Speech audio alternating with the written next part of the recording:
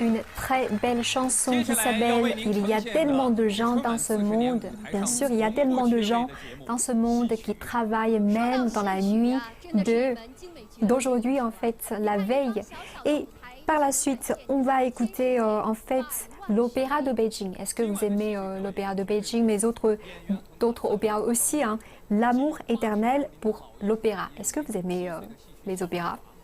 C'est peut-être un peu difficile de la pratiquer parce que l'opéra, ce n'est pas pour n'importe qui. Il faut vraiment maîtriser la technique pour pouvoir le chanter. Et donc, on peut admirer au moins. Mais j'adore le maquillage. Oui.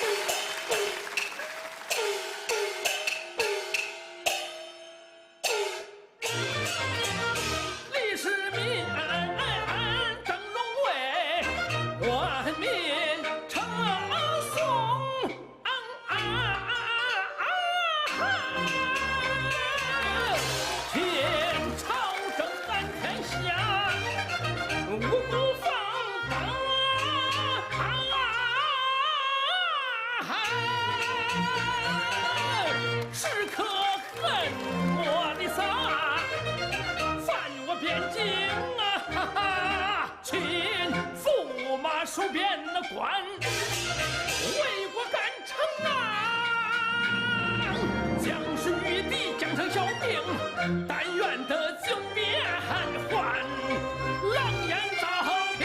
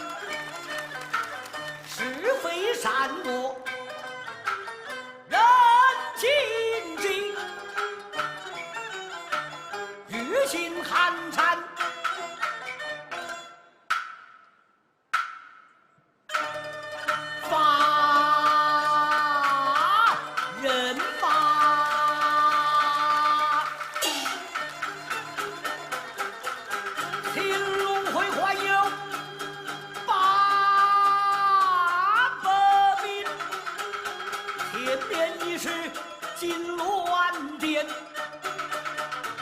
急急忙忙去前军，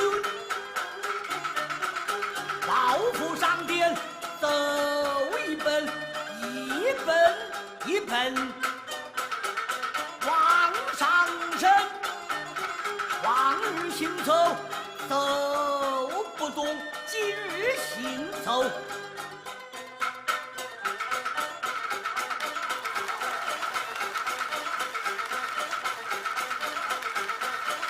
快四步，三步当作两步走，两步当作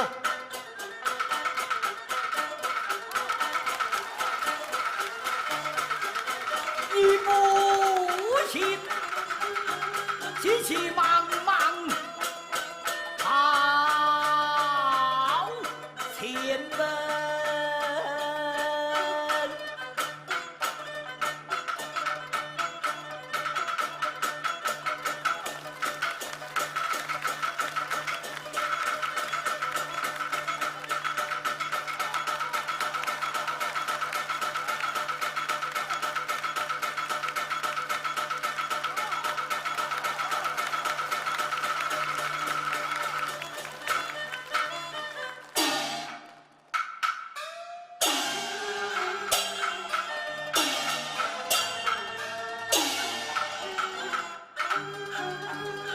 老夫上殿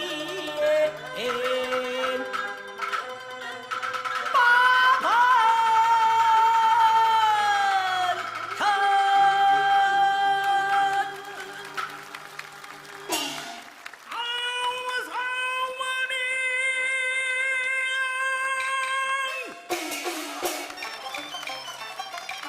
扫两腿，他把那这句话讲，背后言，当魁地当起会场，明是非，只真你且能高尚，穿的高人，爱的变得用作重量，真是你且扫梁。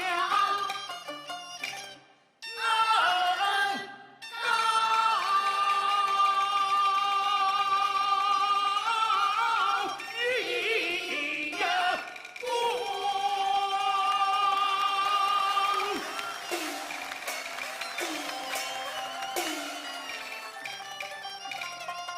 小弟我放了会，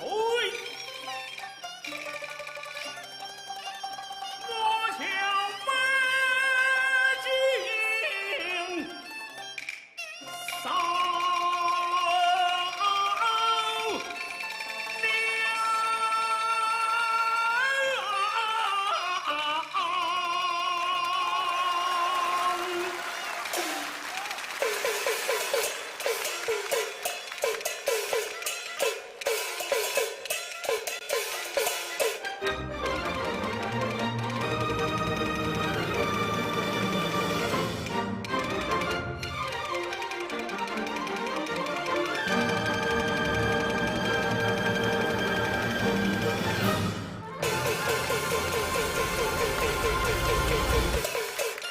当年我是会给我大年千万限制冷千为教诲，且马不飞半丝剪刀插进北宫山，18座山雕埋葬在山间，壮志寒山月雄心，真是远大正道与沙友，我也是拜金燕到北朝廷教堂，地府天翻。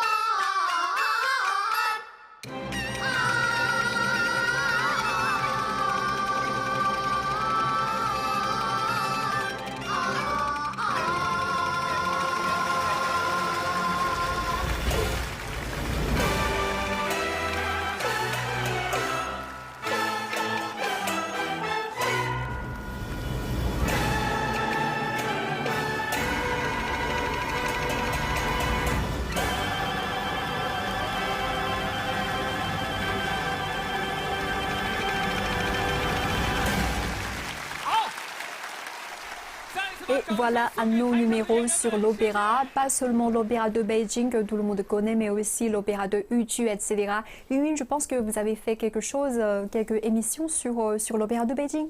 Oui, c'est ça, je vais faire une vidéo où je me suis fait maquiller comme il faut dans l'Opéra de Pékin. Waouh, c'est très beau ça. Et je représentais le rôle La Ivresse, c'est une pièce classique, une grande classique. Et on m'a maquillée comme il faut et je peux vous dire que c'est très beau, j'adore les coutumes, la coiffe. Mais il y a une chose, ça fait extrêmement mal à la tête quand on tire de la peau comme ça pour avoir des yeux en forme amande. Et après seulement 30 minutes, j'en pouvais plus, quoi. J'avais trop mal à la tête. Donc imaginez-vous ces gens qui jouent pendant 1 heure, 2 heures, voire encore plus, en portant les coiffes. C'est vraiment des pros. Ils sont beaucoup travaillés. Pour moi, l'opéra de Pékin, c'est un art sophistiqué, élégant, qui demande beaucoup d'années d'expérience. C'est vraiment génial. J'adore. Bien sûr, comme Huazhen a dit tout à l'heure, ce n'est pas pour toutes les personnes, ce n'est pas pour tout le monde. Mais en fait, je pense qu'il prend beaucoup de temps pour le maquillage aussi. Parce que ça prend peut-être 1 heure ou bien 2 heures pour le maquillage. Ça prend à peu près en fait 1 heure pour le maquillage. Oui. Après, normalement, c'est quelqu'un d'autre qui s'occupe de la coiffe. Donc c'est séparé parce que la coiffe, c'est pas comme nous, quoi, facile. Eux, ils ont des choses pro. Il y a des choses à coller ici, vous voyez. C'est pas facile. Mais il y a beaucoup de rôles de garçons, par exemple, c'est eux qui se maquillent eux-mêmes. Tout seul. Oui, voilà, on voit souvent en coulisses des jeunes qui sont en train de se dresser, des lignes comme ça. Voilà. Ils sont déjà devenus pros après des années d'expérience. Au moins, c'est beau à voir. Et donc, Emilia, bonjour, merci d'être ici avec nous. Et donc, vous êtes présentatrice d'une émission portant sur la gastronomie. Je ne sais pas pourquoi vous avez fait une émission sur l'Opéra de Beijing, mais quand même, vous connaissez très bien la gastronomie. Et donc, veuillez tout d'abord partager avec nous votre mot-clé de cette partie. Oui, bien sûr, un grand plaisir pour moi d'être avec vous ce soir. Oui, je fais principalement maintenant l'émission Secret Chef, mais à part de ça, je partage également beaucoup de choses sur la culture chinoise. Bien sûr. Donc, le mot-clé que j'ai choisi aujourd'hui est Shi, qui signifie la nourriture, l'alimentation ou tout simplement manger. Je pense que c'est le mot qui correspond le mieux avec mon émission Secret Chef. En plus, dans la culture chinoise, la bonne nourriture est un élément très important dans les célébrations de la fête du printemps. Donc voilà pourquoi j'ai choisi ce mot-là, Shi. Oui, tout à fait. Et en fait, en chinois, on dit Ming yi shi wei tian, c'est-à-dire en fait la nourriture ou bien les aliments sont la priorité du peuple. Tout à fait. Et donc en Chine, les dîners en famille au soir de la nouvelle année lunaire aux fêtes du printemps varient sensiblement entre le nord et le sud. Notre correspondante Li Qiong a visité une famille de Chaozhou, ville du sud de la Chine, qui va passer le réveillon du Nouvel An à Beijing où ils vivent actuellement.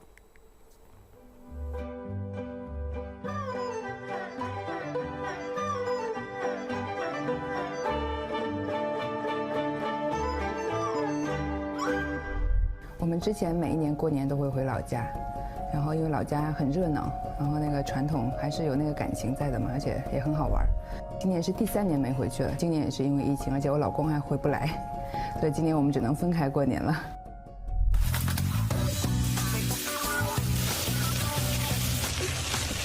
Lisa et sa sœur ont passé des heures à préparer le dîner depuis les premières heures de la matinée. Les plats de Chaoshan sont frais et légers. Les plats préparés à cette occasion ont généralement des noms qui évoquent les bienfaits. 贝壳应该是古代货币的一种表达方式，然后就像我们小时候，我们每次吃完年夜饭，我妈都会把这些贝壳洗干净，那我跟我姐放在家里那个大门的门后边，会放好几天，招财的。对对，意思就是第2年会赚的钱会越来越多。 Les plats du Nouvel An de la population de Chaoshan évoquent tous des bienfaits. Les cultes ancestraux sont également importants. La marraine est le plus célèbre sacrifice local. 这个卤鹅就是我们潮汕逢年过节都必备的。好大一只啊！对，特别大。这么大要怎么处理它呀？都得剁，但是过去也都是我老公，然后我爸来干这个，所以我也不知道我能不能成功啊！我试一下。试。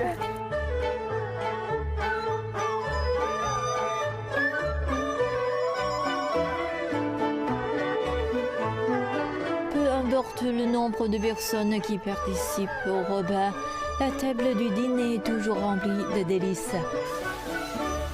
爸爸新年快乐！新年好，新年好，新年快乐 ，Happy New Year！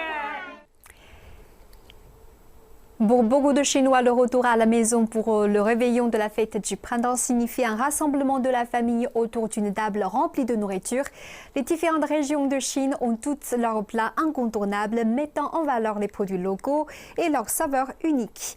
Mais de nos jours, de plus en plus de familles choisissent des options plus pratiques, telles que dîner dans un restaurant ou commander des plats à emborder. Notre correspondante Shen Li a pu noter que dans le nord du pays, la créativité appliquée aux plats traditionnels caractérisait ses vacances.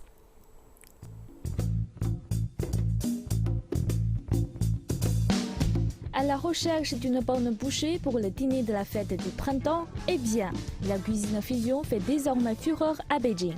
C'est la rencontre de l'Est et de l'Ouest dans la capitale chinoise, exactement comme dans ces plats savoureux. Je suis gourmande et je suis venue dans ce restaurant de cuisine fusion situé dans le vibrant quartier des affaires pour parler avec le chef Yan Jiandong au sujet de son menu spécial pour le repas familial le plus important de l'année. 真的是感觉像一件艺术品。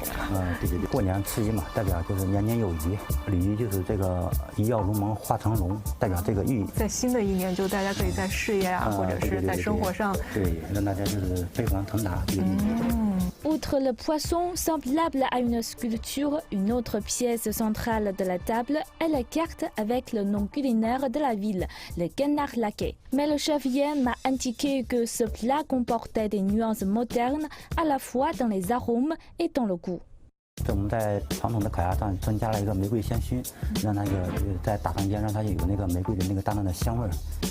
然后我们也做了一个中西合璧，然后鱼子酱烤鸭。 C'est croquant à l'extérieur, mais tendre à l'intérieur. 哇哦！看咱们餐桌上，其实，虽然说是比较传统的一些菜品，但是其实上每一个都是有这种小巧思，在传统上创新的这样。对对对，就是我们在那个我们传统的基础菜，然后适当的增加了一些融合菜。 Enfin et surtout, il y a ce plat du nord de la Chine destiné aux occasions spéciales, les dumplings. En forme de lingot d'or, ils sont censés apporter la richesse et la bonne fortune pour l'année à venir. Les tendances dans les célébrations de la fête du printemps pourraient changer avec le temps, mais tout comme les dumplings, certains aspects garderont leur consistance. Nous avons parlé des traditions, c'est l'heure de savoir plus sur les nouvelles tendances du réveillon. Intégrant des éléments comme la culture Ranfu, les spectacles de style ancien et la culture gastronomique des palaces, le banquet de palace est particulièrement apprécié de la jeunesse, du fait de sa créativité unique. Essayons de célébrer la fête du printemps de façon moderne, de porter des vêtements anciens de la culture Ranfu, de goûter les mets destinés au palace, d'appliquer l'étiquette de la cour et de nous plonger dans le charme de la culture chinoise traditionnelle.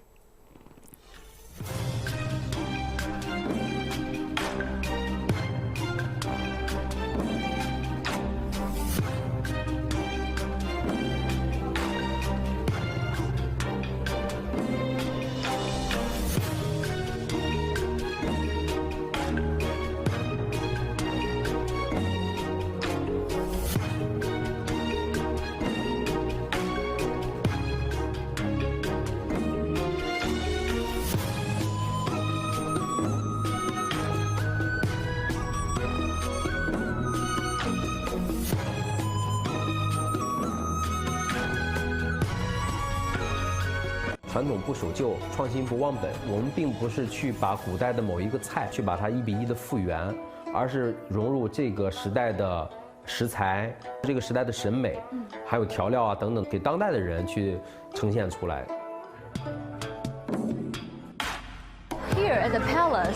Ici, au palace, vous avez le sentiment de voyager dans le temps. Voici devant vous un banquet de palace d'une époque révolue, parfaitement reproduit. 之所以选择国风的元素，你觉得和我们现在国风的兴起有没有关系？就是当下年轻人对我们中国传统文化的热爱达到了一个新的高点。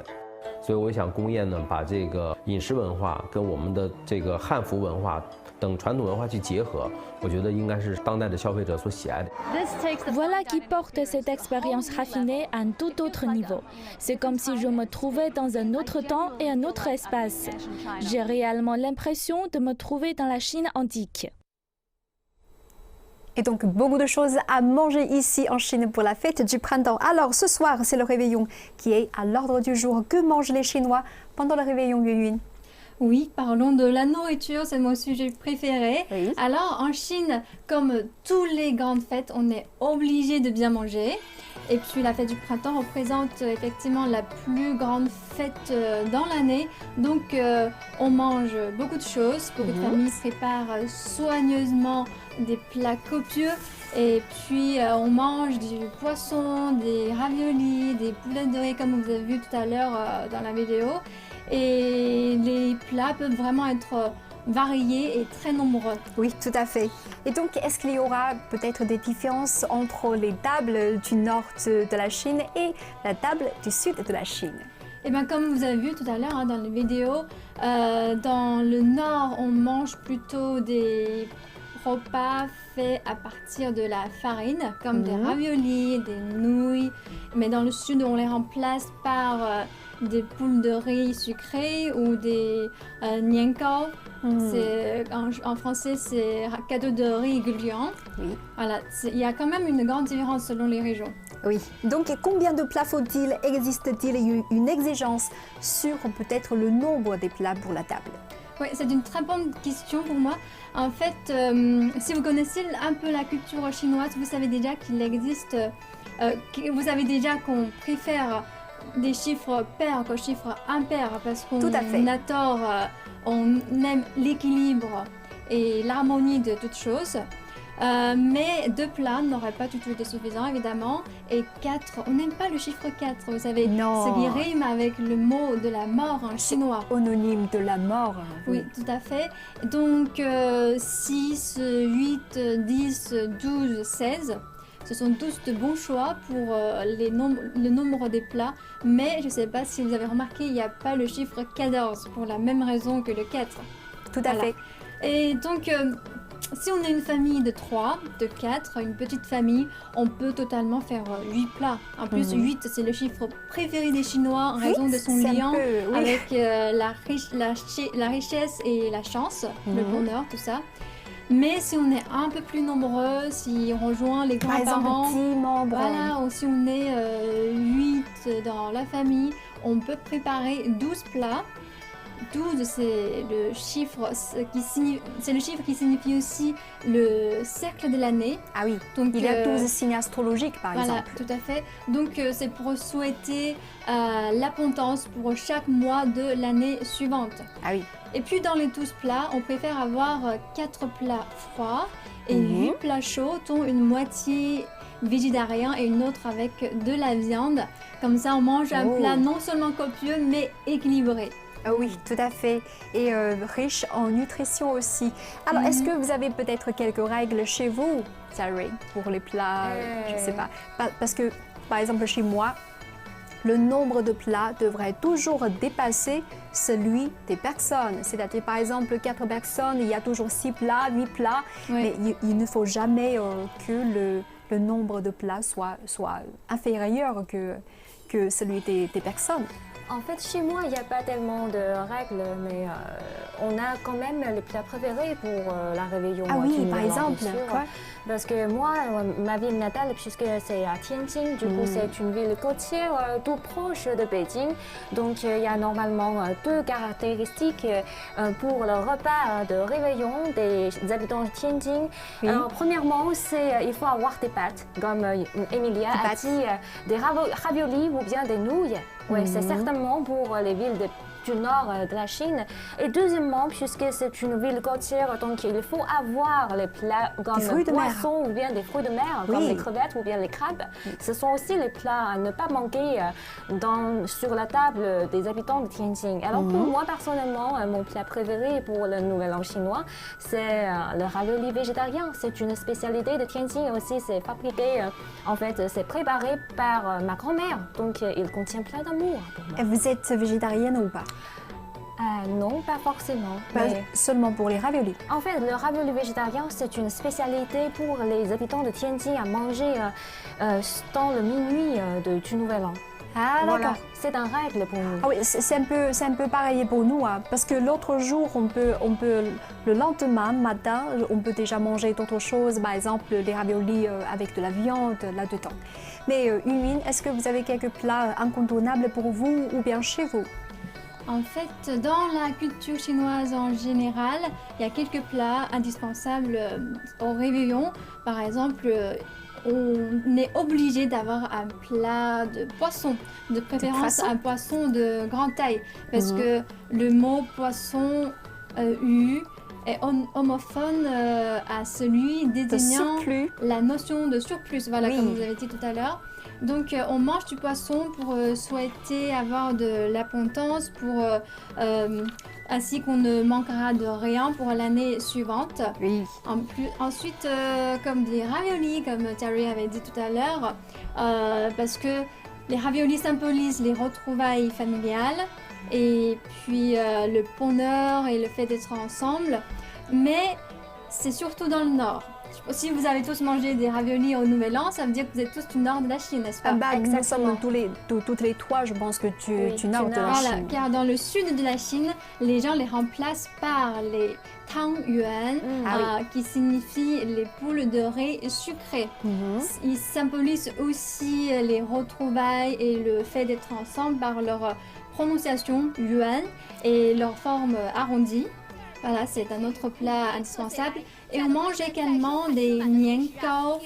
Comme j'ai dit tout à l'heure, c'est des cadeaux de riz gluant qui signifient en chinois s'améliorer d'année en année. Donc si vous mangez des niangao, cela signifie que plus vous êtes élevé, âgé, plus vos affaires seront prospères. Oui, tout à fait. À part de ça, on mange également beaucoup de grignotages, bien sûr, des pistaches, des jujubes, des arachides, des oranges. On se régale. Ah oui, il y a trop de choix en fait.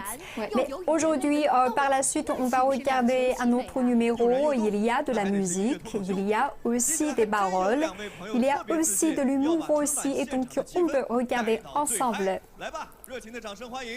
Regardons.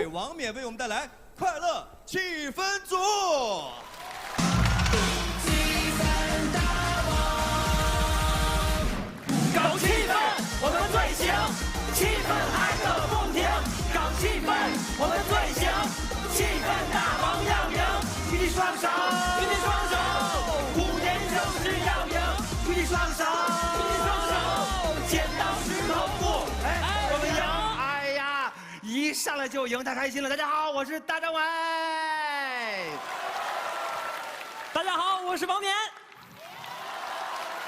我们今天的目的就是要把春晚的气氛推向最高潮，我们就是春晚的气氛大王。大老师，您感觉在春晚上做什么事儿最有气氛呢？那当然是拜年了，新的一年祝您了虎虎生威，吃嘛嘛香。哎，为什么虎年拜年要用天津话呢？哎，老虎的英文怎么说？ 老虎 ，tiger。对了 ，tiger， 天津人都怎么聊天？您太哏儿了，您太哏儿了。既然大家这么喜欢，那咱们就再来一个更有气氛的。哎，小王明，我问你啊，一年365天，第几天最长？第几天呢？第9天，因为地久天长。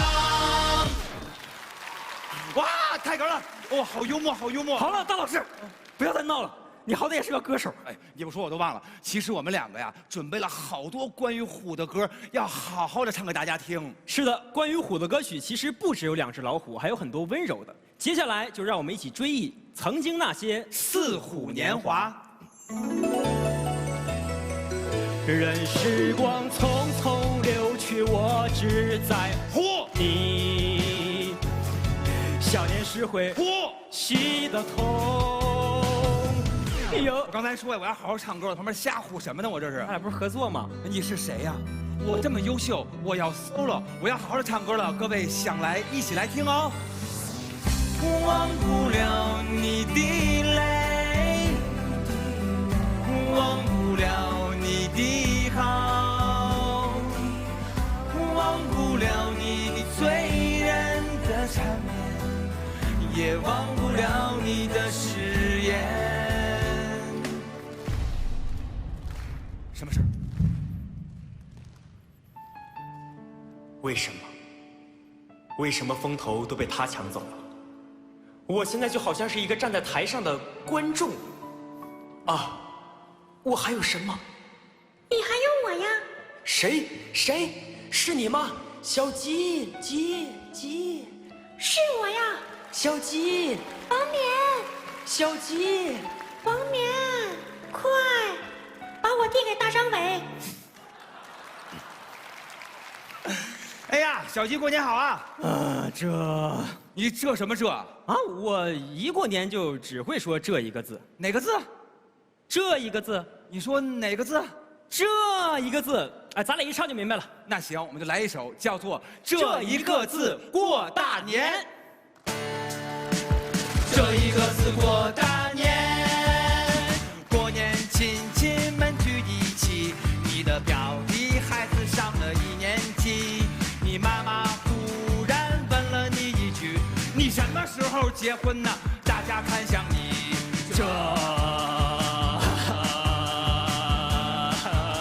你什么时候结婚呢？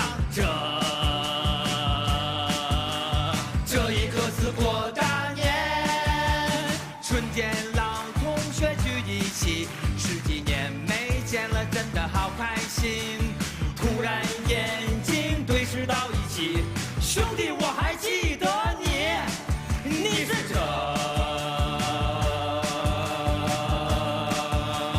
都在酒里，这一个字过大年。什么时候要孩子？出门也不穿秋裤，怎么吃的这么胖？就会跟那儿玩手机。这一个字过大年，太哏了，太哏了！这一个字过大年，这歌绝对火了。哎呦，真的是，你以后继续唱，好吗？那我也不能一过年回家就只会这一个字啊！我也想春风10万里。哎呦，其实不如意又怎样？不如意的时候，我们更要学会逗乐我们自己，因为不管什么时候，我们都要笑着歌唱。我们每一个人都要做自己的气氛大王。我们都要做自己的气氛大王，无论何时都要笑着歌唱。即使不如意，也不会太漫长，再长也没有地久天长。我们都要做自己的气氛大王，把所有欢乐给家人分享。你的爸爸妈妈他们一定最捧场，真挚的对你讲。王冕，你什么时候结婚的？怎么又来了？这一个字过大年，我们都要做自己的气氛大王。希望大家新的一年每天都可以过得太哏了，太哏了！过年好！祝你天天太哏了！我要做自己的气氛大王，无论何时都要笑着歌唱。天天太哏了！我要做自己的气氛大王，情怀已开放，万物晴朗。我天天太哏了！我要做自己的气氛大王，无论何时都要笑着歌唱。天天太哏了！我要做自己的气氛大王，勾勒着春光，虎年吉祥。虎年太哏了！2022年，向大家虎年太哏了！耶！谢谢。Voilà une mini-pièce de théâtre, mais aussi en fait talk show, accompagnée de la musique qui est très à la mode. Est-ce que vous aimez ce genre de numéro parce que c'est quand même assez nouveau pour le gala de la fête du printemps? C'est un nouveau format pour moi de regarder ça dans le gala. Je ne sais pas si on a intégré la musique dans la comédie ou le contraire, on intègre la comédie dans les musiques. En tout cas, il y a une ambiance bon enfant, viviable.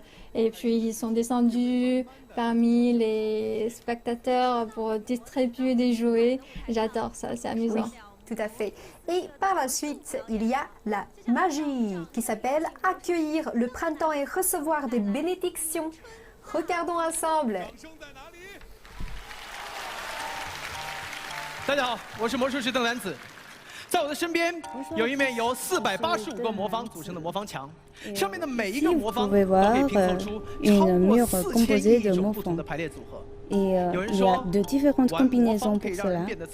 Certains disent que pour le jouer, on peut devenir plus intelligent. Alors, maintenant, c'est le bon moment d'explorer votre potentialité. Bonjour, Zhang Nailiang. Vous pouvez choisir un entre les deux. Alors celui-ci, mettez votre main là-dessus. Gardez cette posture pendant un an, justement. Beaucoup d'entre vous ont déjà joué en garé magique. Mais vous ne savez pas comment le faire naître. Quand je fais le cercle de clocher, on peut voir que ça devient en désordre, alors qu'en sens inverse, ça redevient en ordre. Alors c'est pas difficile. Je vais te confier une tâche difficile. Vous allez le mettre en désordre en 5 secondes. 5, 4. Attention, on ne le fait pas en panne. Alors, tu le donnes à Madame Liu Tao. Madame le tient bien. Et si je vous dis qu'une facette de ce carré magique est devenue exactement la même chose que celle tenue par Zhang Nailiang, est-ce que tu vas le remettre en désordre? Oui. Allez. Alors, ce carré magique est vraiment un total vrac. Alors, celui-ci est resté intact. Regarde, une facette est exactement la même. La deuxième facette, le troisième, la quatrième, la cinquième sont tous les mêmes. Je ne suis pas complice. Personne ne dit que tu es un complice, tu es un acteur. Vous êtes très talentueux pour apprendre le carré magique. Surtout vous, Madame Liu Tao. Je trouve que vous avez beaucoup de potentialité. Est-ce que vous voulez apprendre avec moi? Oui, volontiers, mais je ne veux pas que les autres me considèrent comme un complice. Allez, montez sur scène. Restez debout à côté de moi. Alors maintenant, dites-nous si vous avez appris la technique de carré magique. Non, pas du tout. J'ai entendu parler que Zhu Yilong veut bien apprendre le carré magique, mais c'est à toi que j'enseigne cette technique. Regardez bien en avant, gardez votre sourire. Mettez les deux mains derrière votre hanche. Gardez. Moi, je mets le carré derrière vous et vous pouvez le tourner à votre guise. Mais pendant ce temps-là, gardez votre tête, vous devez dire que je vais le réussir, je vais le réussir. Et puis, vous arrêtez. Et maintenant, vous arrêtez. Oui. Je compte jusqu'à 3 et puis vous allez avancer le carré magique. C'est tout à fait en ordre. Quel talent! Un autre magicien exceptionnel est né. Je pense que beaucoup de spectateurs restent suspicieux. Alors, je vais vous donner ce Gary Magic comme un cadeau. J'espère que ça vous apporte bonne chance. Merci. Quel talent! Bien sûr, Madame Liu Tao peut recevoir un cadeau. Chacun d'entre vous peut recevoir un cadeau pour le nouvel an. Ici, on a 49 vœux et pour chaque vœu, il y a un numéro spécifique.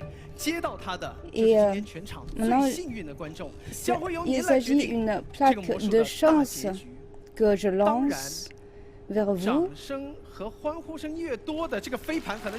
Bien sûr, ça va être lancé vers l'endroit où il y a plus d'applaudissements. Allez, on chauffe l'ambiance. 3, 2, 1, c'est parti. Allez, qui a tenu cette plaque? Donc, ce monsieur, entre 1 à 49, quel est votre numéro préféré? Combien?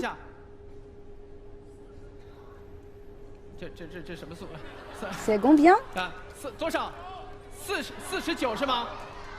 49, le dernier numéro, votre dernière chance, c'est décidé 49. Bien.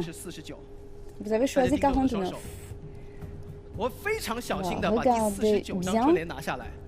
Je l'ai décroché comme ce que j'ai dit. Toutes les inscriptions sont différentes. Alors vous avez choisi 49, c'est Hu Hu Sheng Wei en chinois, c'est d'être puissant et aussi puissant comme le tigre. Moi, je vous ai préparé les gâteaux et je l'ai mis dans une petite enveloppe sous votre chaise. Maintenant, cherchez la petite enveloppe rouge sous votre siège. Regardez bien ce qui est dedans. C'est bien Hu Hu Sheng Wei, la même inscription qu'a choisi ce monsieur-là. Alors, montrez bien cette inscription à la télévision pour transmettre cette bonne chance. Je ne suis pas encore fini là, donc j'ai encore un truc à vous montrer. Je vous ai dit que pour chaque Gary Magic, il y a de 1000 possibilités.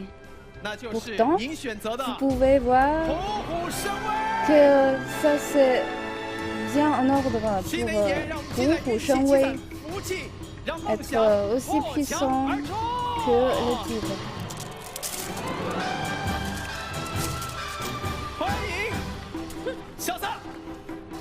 Bienvenue, ça paye. C'est très magique. Ne me regarde pas comme ça, je ne suis pas un complice pour ce tour de magie. Alors, puisque je suis sur scène, je vais vous montrer, vous souhaiter le meilleur vœu pour le nouvel an chinois. Bonne année du tigre. 怎么样？这个魔术厉害不厉害？虎头虎脑的小撒可爱不可爱？ Est-ce que cette magie vous a plu?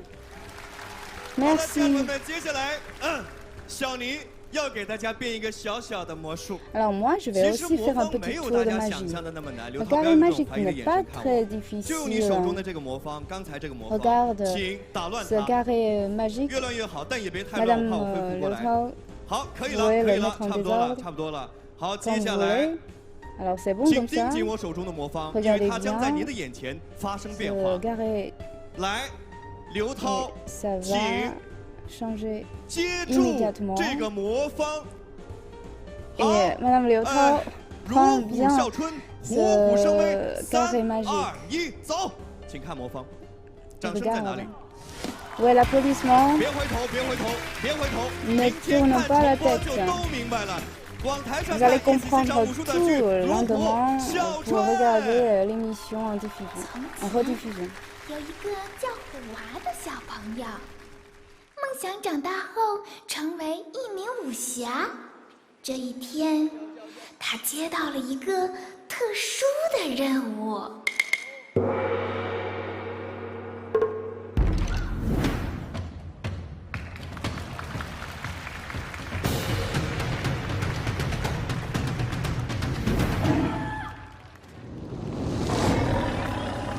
虎娃，哎，来了！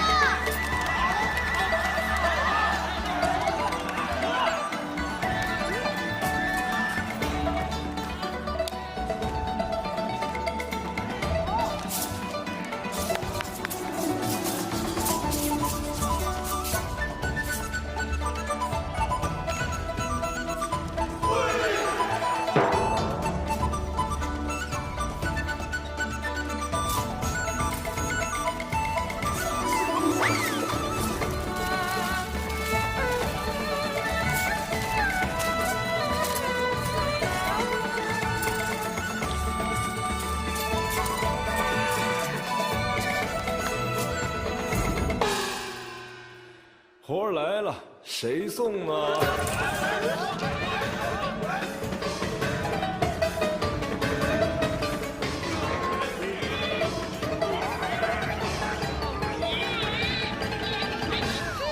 嘿嘿，师傅，交给我吧。去吧。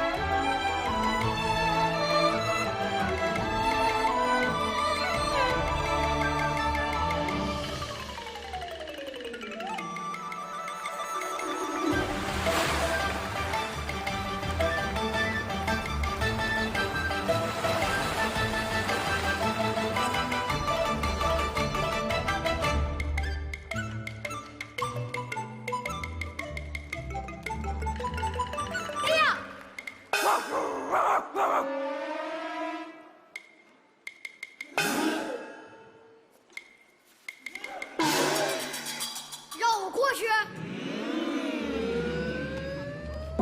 嘿，哪儿来的小花猫？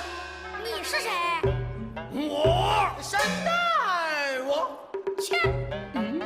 我武功下第一，倒数第一吧。小子们，咱们亮才艺！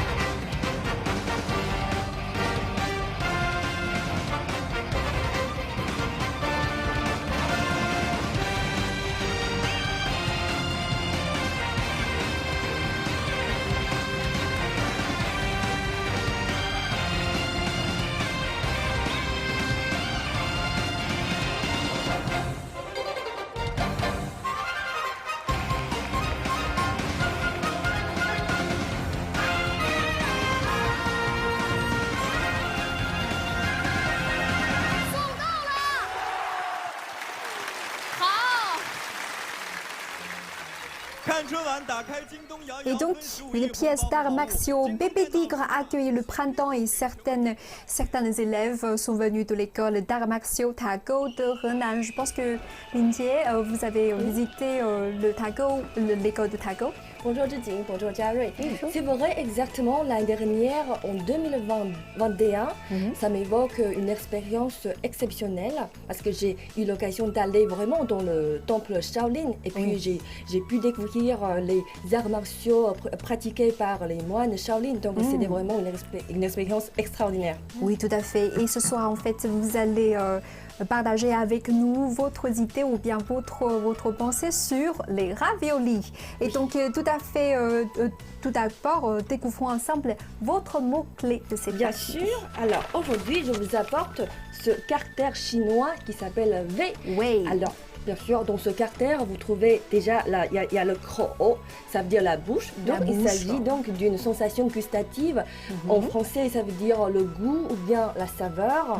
Donc, avec ce mot, je voudrais vous souhaiter aussi à nos téléspectateurs un très bon appétit. Bon appétit. Et aussi une année fructueuse. Tout à fait, tout à fait. Et donc maintenant, on va partager quelques commentaires laissés par nos internautes. Alors, qui sont-ils et quels commentaires s'agit-il? Et vraiment, surtout le deuxième sujet de discussion, ça correspond très bien à notre partie parce que c'est quel est votre plat préféré pour la fête. Du coup, nous avons déjà reçu pas mal de messages et je vais choisir quelques d'entre eux. Tout d'abord, c'est un commentaire par un internaute français qui s'appelle Nicolas Bonnet. Et je pourrais en écrire une page. On va dire que pour moi, le plus important, c'est la galette des rois.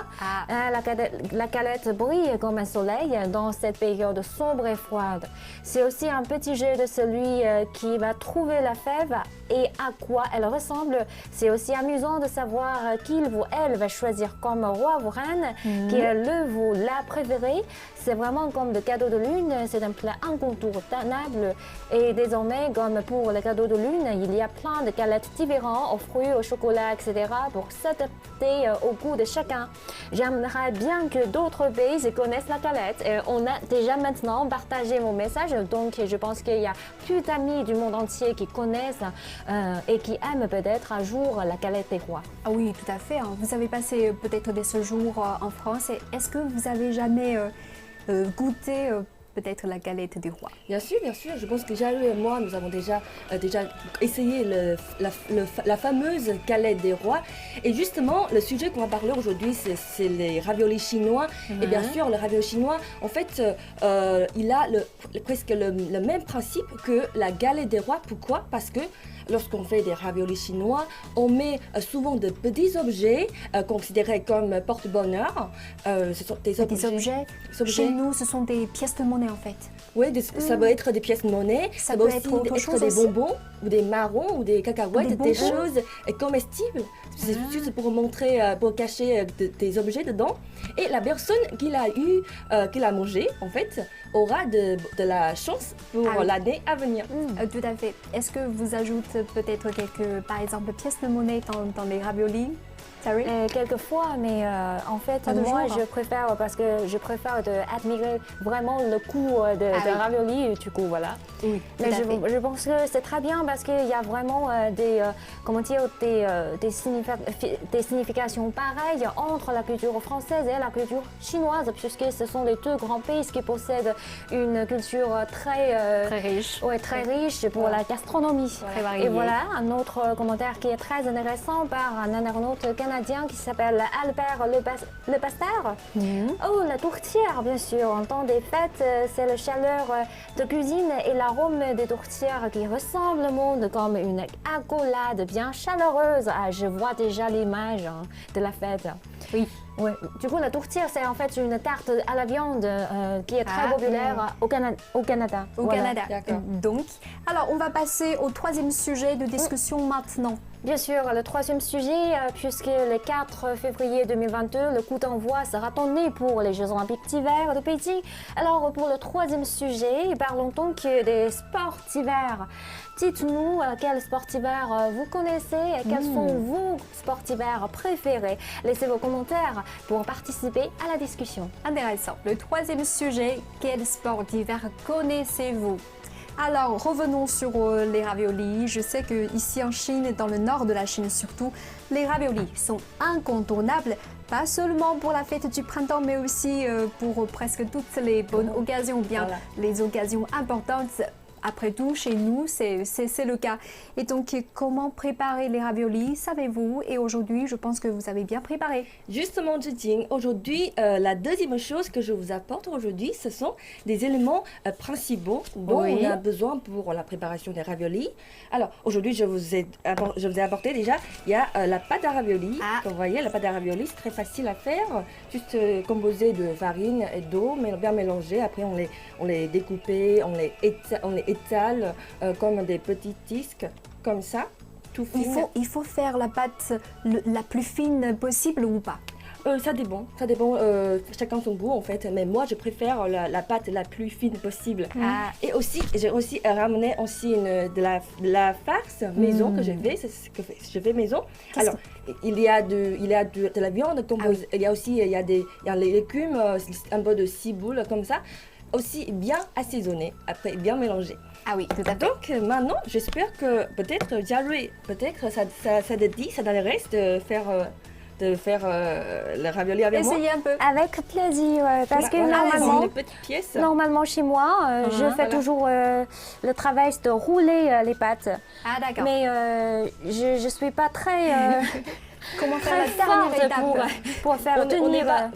Bien sûr, on n'est pas expert en cette matière, mais on peut quand même essayer.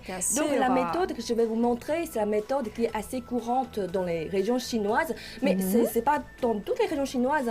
Donc quelle région plutôt? Quelle région, par exemple du Henan, c'est aussi une région qui se trouve un peu du nord de la Chine. Oui. Mais vu que tu viens de la province du Shandong, donc tu pourras peut-être nous donner des conseils après. Ce serait peut-être assez différent. Alors, est-ce que vous voulez aussi de pratiquer? Alors, je vous observe pour l'instant. Tout prêt.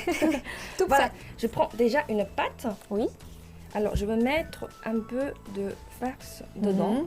Je vais au mettre centre. Et bien à l'intérieur, au centre, bien sûr. Oui. Je ne vais pas mettre trop parce que c'est pour vous montrer comment on va se faire. Je ne veux pas que la farce déborde après.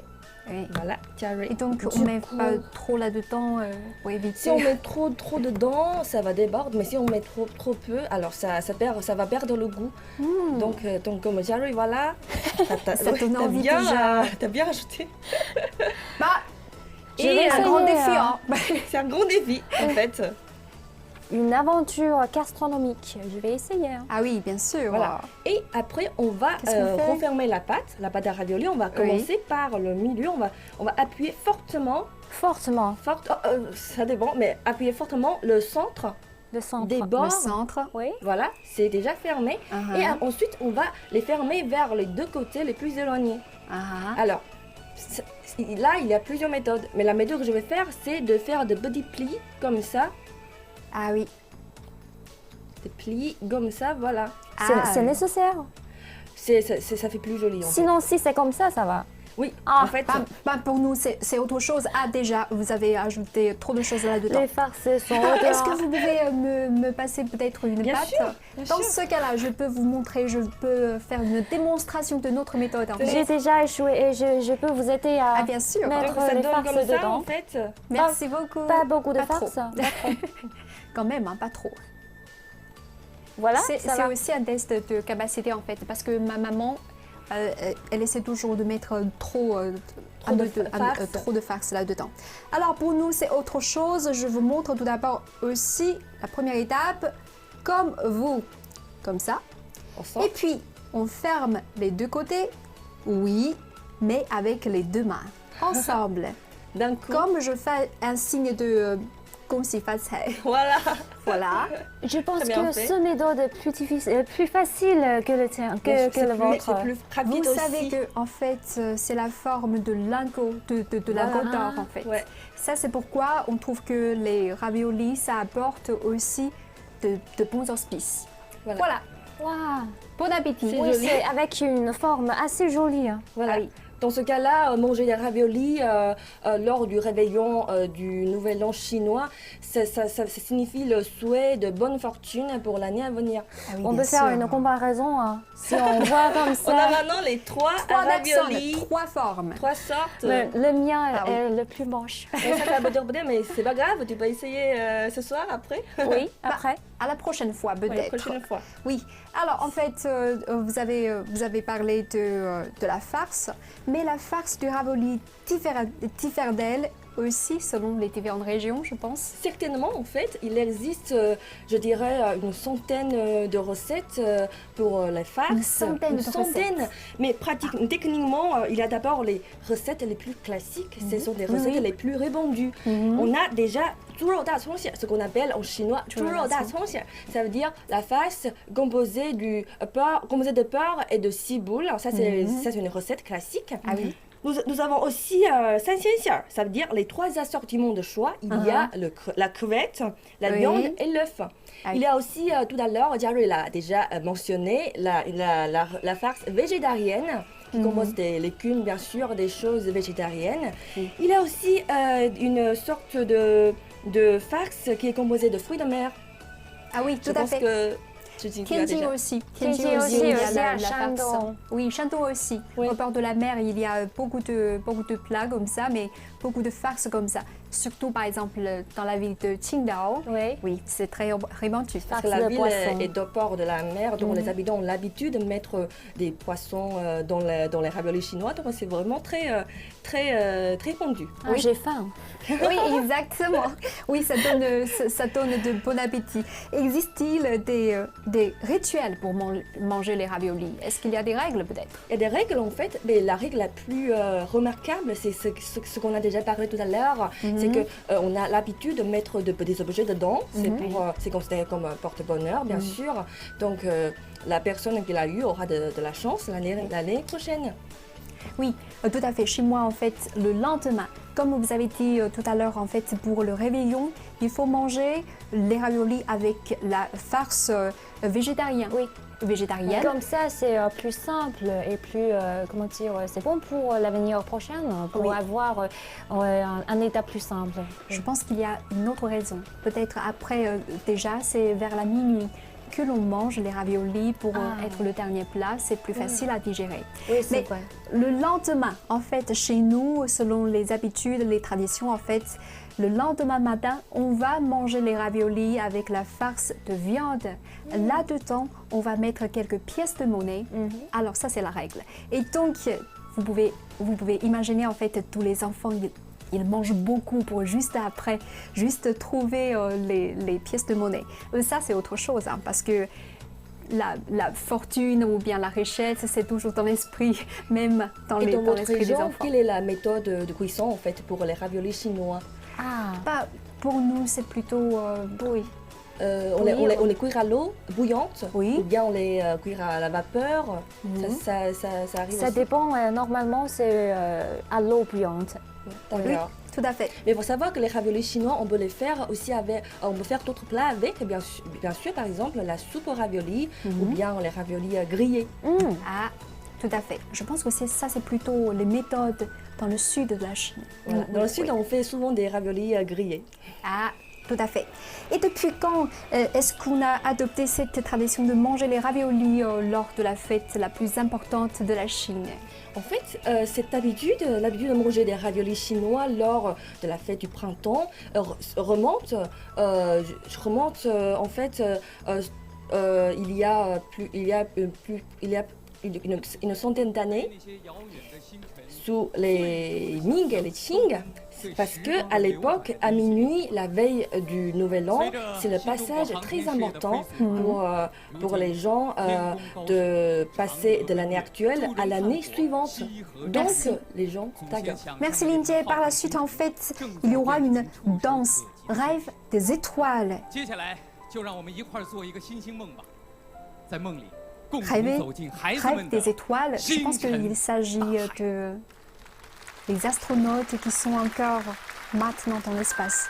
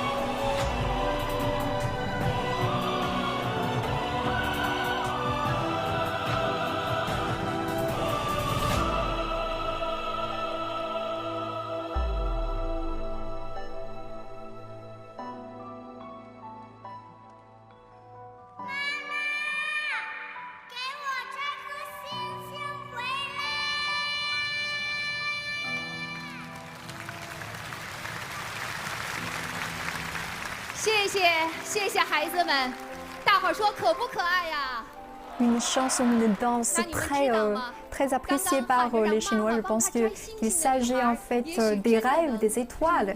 Ici, ce sont des rêves des étoiles. Alors, quels ont été votre rêve à votre enfance, Zari?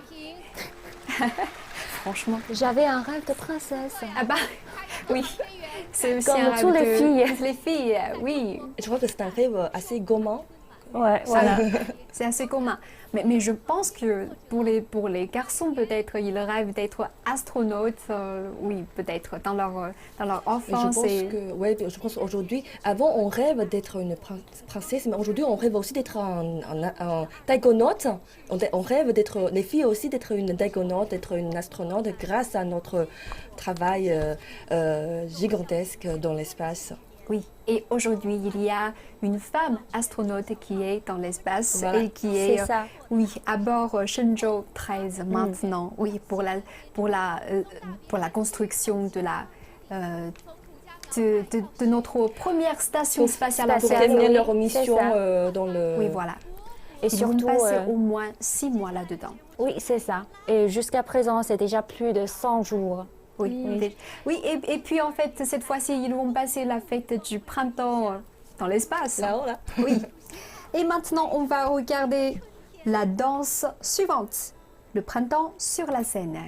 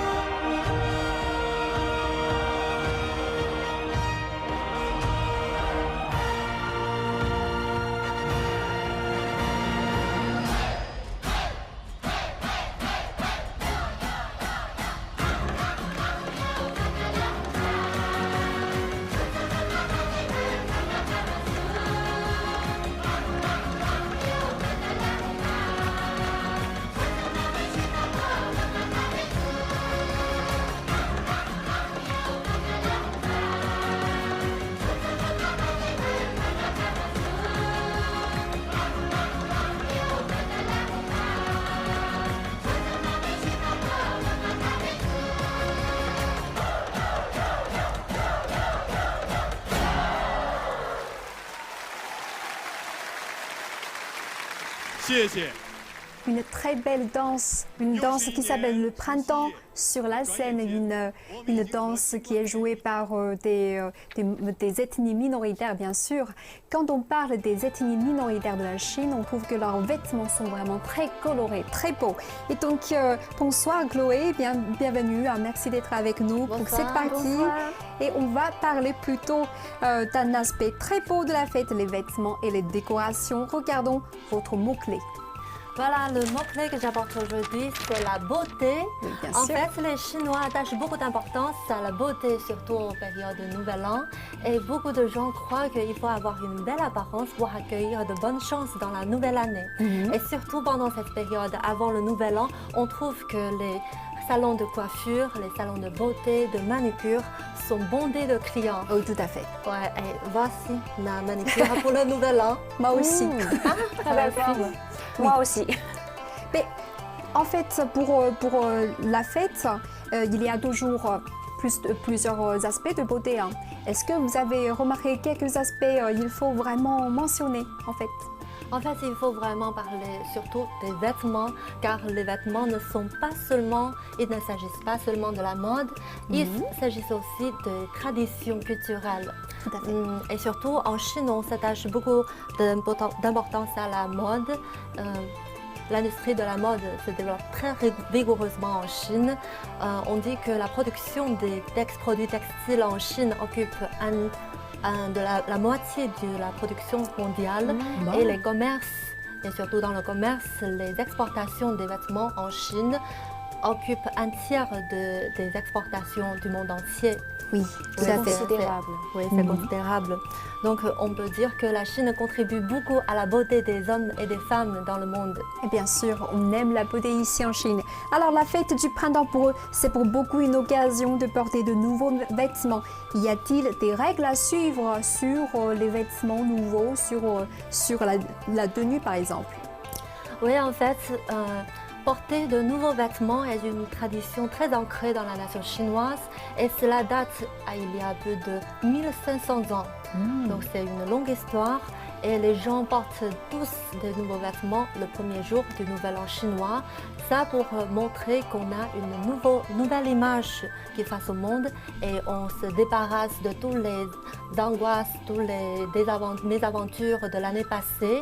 Et il y a quelques règles à respecter, surtout pour apporter de nouveaux vêtements. Par exemple, une première chose, c'est de les secouer et de les taper avant de les porter. Il faut les porter. Ça, c'est pourquoi? Parce qu'on pense qu'il est stocké dans la placard. Vous le sortez de la placard, non? Et parce que le placard est considéré comme un lieu où est stocké les mésaventures, les poignes, les guignes, les poisses de l'an passé. Donc il faut débarrasser de tout ça. Donc il faut les taper, les secouer pour faire partir les mauvais esprits. C'est un peu comme dire adieu au passé et dire bonjour à l'année prochaine. Tout à fait. Voilà. Et c'est aussi pareil pour notre corps. Donc avant de porter de nouveaux vêtements, il faut se laver et se baigner très très soigneusement pour chasser toutes les mauvaises choses sur le corps. Et une fois vous êtes sorti du baignoire, on a l'impression qu'on redevienne un nouveau-né et on est prêt à marcher sur un nouveau parcours totalement radieux. Oui, tout à fait. On est prêt pour accueillir de nouveaux vêtements, de nouvelles chances, de nouveaux beaux jours devant nous en fait. Alors déjà, je peux voir que votre tenue est soigneusement choisie. Quelles sont ses particularités et comment avez-vous choisi ce vêtement pour l'occasion d'aujourd'hui? En fait, le vêtement que j'apporte aujourd'hui, c'est un hanfu. Hanfu, c'est un habit traditionnel chinois. Il a une très très longue histoire. Le système de hanfu, le système vestimentaire de hanfu remonte à l'époque de l'empereur Jaune, c'est-à-dire 5000 ans avant notre ère. 5000 ans? Et jusqu'à 400 ans avant la dynastie de Qing. La dynastie Qing change de système vestimentaire car il est d'origine nomade, une ethnie qui s'appelle Manchu, donc une ethnie nomade, et les vêtements de Qing doivent conformément à des fonctions comme la chasse. Mais dans la plupart du temps de l'histoire de la nation chinoise, on porte les vêtements comme ça. Et c'est très spécifique car ce genre de vêtement, il est très large, il est très ample, il s'enroule autour du corps et en fait, il y a quelques caractéristiques par exemple, qui les différencient des autres vêtements. Par exemple, il y a des manches tombant jusqu'au... Oui, les manches sont très très larges et ça peut tomber jusqu'au genou. Ah, ouais. Et quand on lève les bras, quand on lève les bras, on peut les joindre comme ça. Ah oui. Ouais, pour faire. Ça c'est le geste pour saluer ou pour se saluer ou bien. C'est élégant. Oui, c'est. Et les manches c'est élégant, hein. Très larges alarment les gens tout le temps qu'il faut payer attention à leur manière, à leurs gestes, à des aspects étiquettes. Ah oui. Et aussi, en fait, maintenant il y a un système, tout un système qui provient de recherche des experts et il y a 8 caractéristiques de Hanfu qui s'appellent en chinois Ping Zhong Jiao You, Kuan Tuan He Ying. Oh, c'est compliqué. Hein. Ça, je comprends pas. Même en chinois. Ah, déjà, un sourire assez embarrassant déjà. Du coup, dans nos yeux, il y a plein de curiosités. Ah oui, tout à fait. Alors, nous sommes impatientes de savoir. Oui, peut-être vous avez déjà vu des robes anciennes, par exemple la robe que vous portez. La robe Qi Pao. Ça vient un peu de l'époque de Qing ou des années après la dynastie de Qing. Donc, et il y a aussi des robes de Qing et il y a aussi des vestes de Tangzhuang. Tangzhuang, oui, des vestes de Tangzhuang. Oui. Donc ça, c'est un autre système vestimentaire. Et j'ai mentionné les 8 mots. 8 mots, oui. C'est différent, donc pour expliquer tout ça, j'ai un invité. Ah oui, voilà. Nous avons mannequin pour cette partie-là. Voilà. Alors, on va décrire, on va expliquer en fait les détails de ce vêtement. En fait, il y a 8 caractéristiques du Hanfu. Ping Zhong Jiao You, Kuan Tuan He Ying. Oui. Le premier mot, c'est ping, ça veut dire c'est plat. La coupure respecte la loi de coupure plate. Ça veut dire qu'il n'y a pas de coupure au niveau des manches, au niveau des épaules, qui est conforme à la forme du corps. À s'habiller, oui. Oui, donc c'est plat. Ça respecte la loi de plat, d'équilibre dans la philosophie chinoise. Et deuxième, c'est zhong. Zhong, ça veut dire milieu. Le centre. Oui, le centre. Vous pouvez tourner. Vous voyez, il y a une ligne tout au milieu du dos. C'est très beau. Oui, cette ligne, en fait, il coupe le droit et la gauche. C'est pour montrer qu'il y a un équilibre entre le ciel et la terre, un équilibre entre le yin et le yang. Ah oui. Oui, on apprécie beaucoup la qualité de droiture, de loyauté en Chine. Oui, l'équilibre. Voilà. Et le troisième mot, c'est jiao. Jiao, ça veut dire croiser. Croiser. Oui. Se croiser. Tous les tissus sur le vêtement sont destinés à croiser à superposer l'un sur l'autre. Ah bon, plusieurs souches. Hein. Oui, ça reflète en fait les échanges entre le yin et le yang.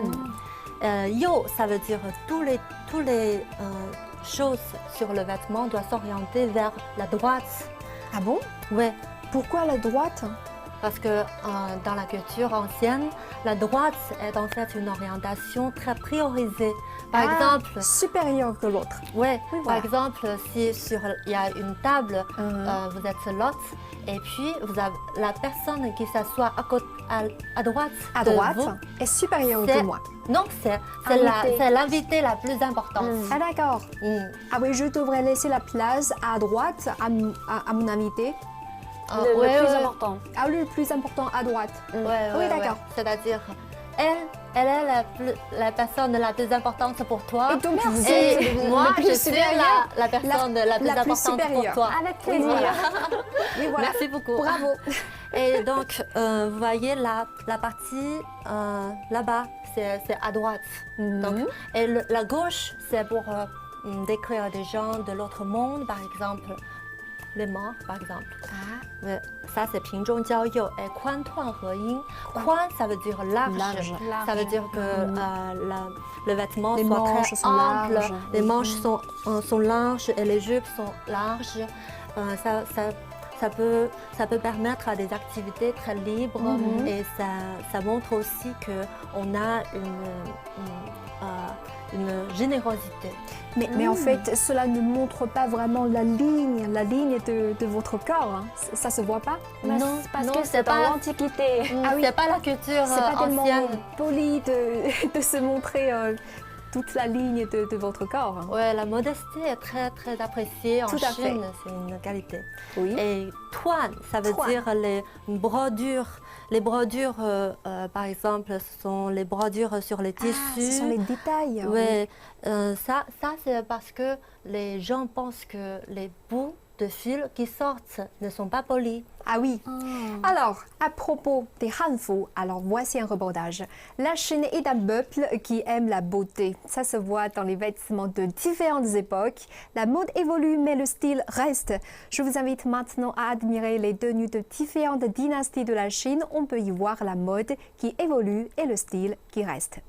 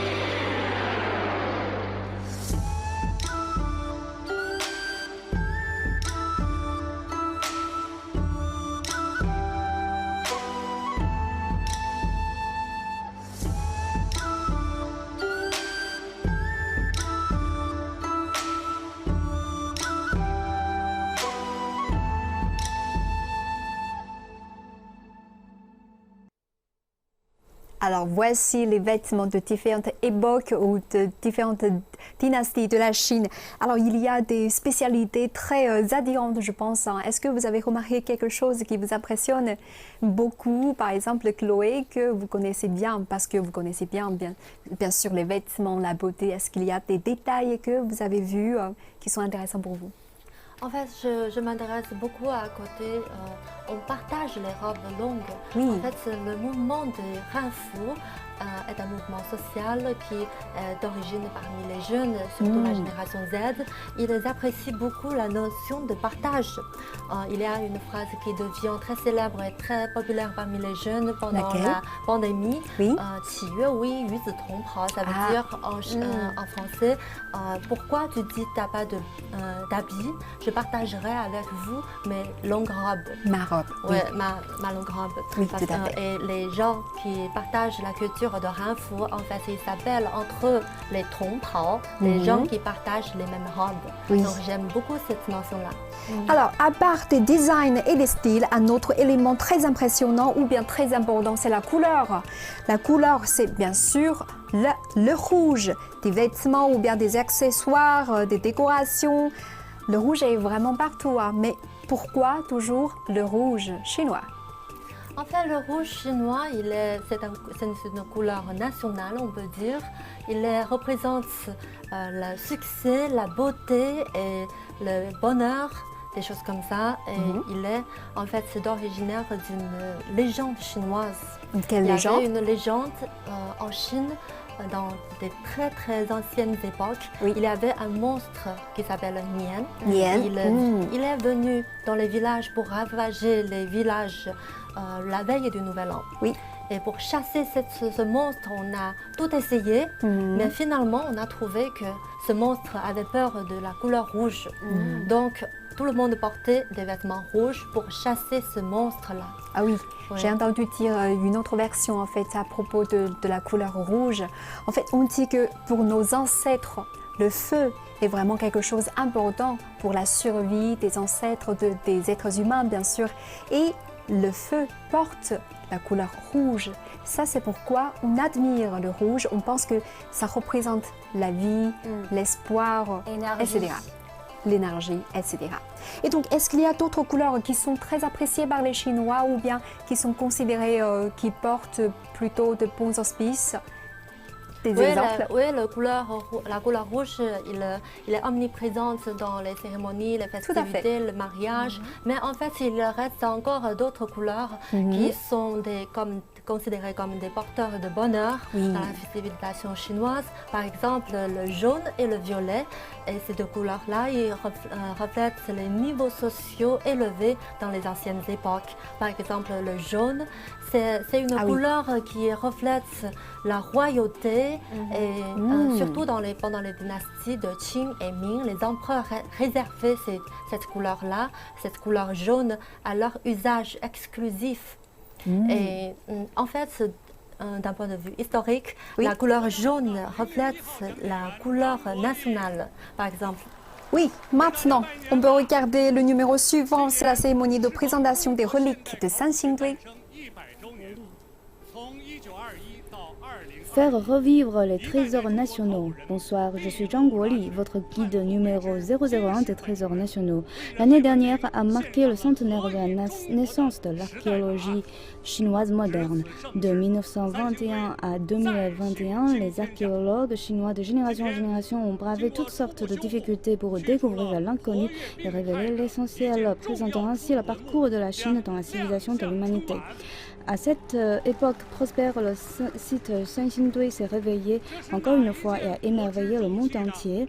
Aujourd'hui, une pièce de relique importante fera l'apparition au gala de la fête du printemps. Alors, qu'est-ce que c'est? Maintenant, invitons jeune archéologue, directeur de l'Institut de recherche archéologue de la province du Sichuan, M. Zhang Hongling, à nous le dévoiler. Bonsoir tout le monde. Tout d'abord, au nom des chercheurs dans le domaine de l'archéologie chinoise, je voudrais ici vous souhaiter mes meilleurs vœux pour le Nouvel An chinois. Le soir, la pièce a dévoilé au grand gala est le grand masque en cuivre de Sanxingdui.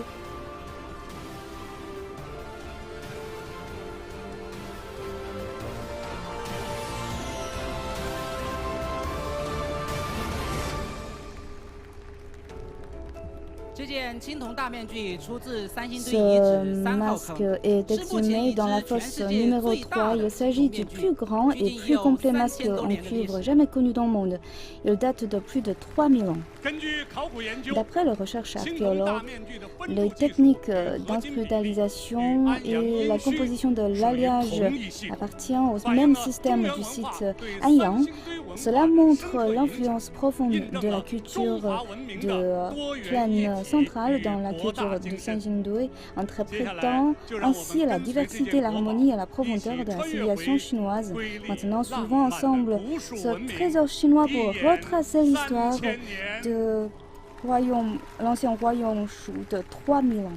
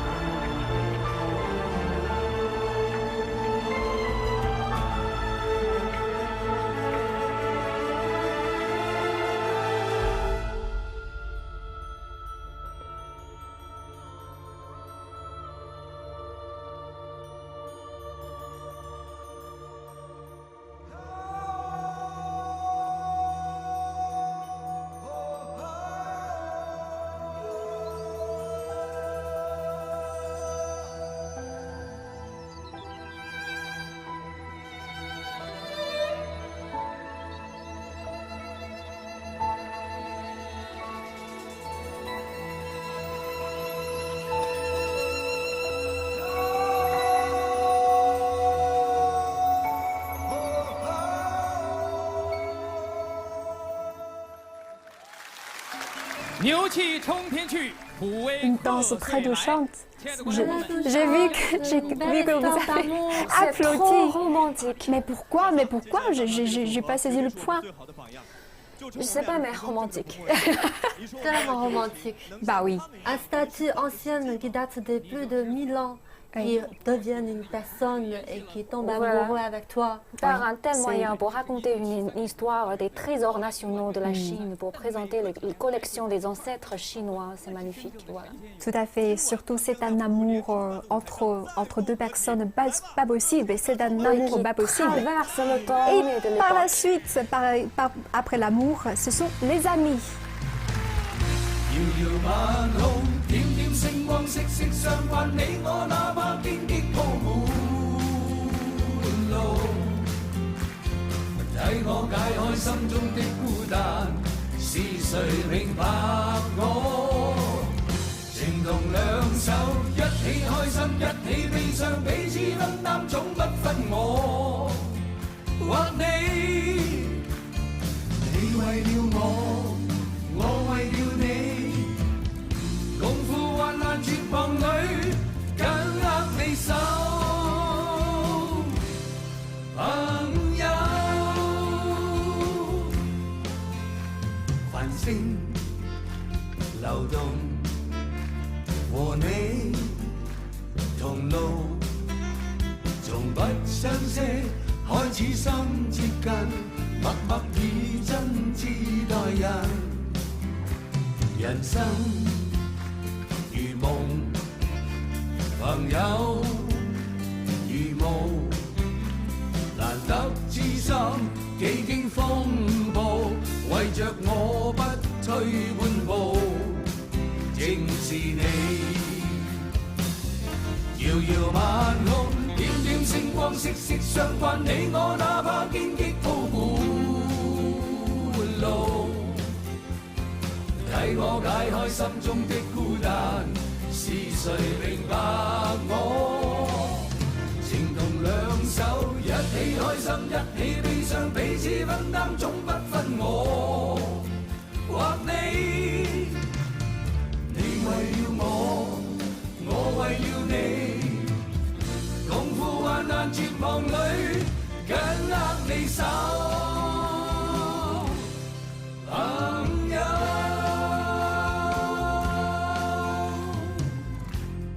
朋友，我们是文拿乐队，在新的一年，祝大家身体健康，龙马精神，虎虎生威。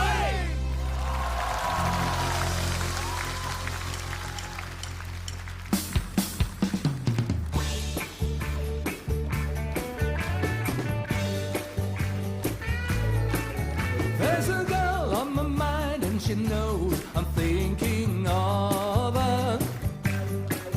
On my way through the day and the night, the stars shine above me. She's been gone for some time, but I know I truly love her. And I'm singing a song, hoping she'll be back when she hears it. My heart goes sha la la la la, sha la la.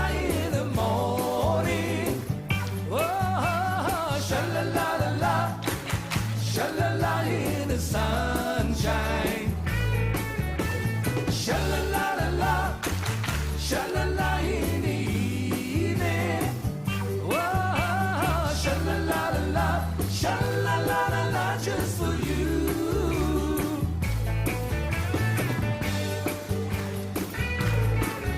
If your love's gone away just like mine, you feel like crying. Sing along, maybe once, maybe twice. Let's try it together. Some sweet day, no one knows she'll return, and you'll be happy. Shadows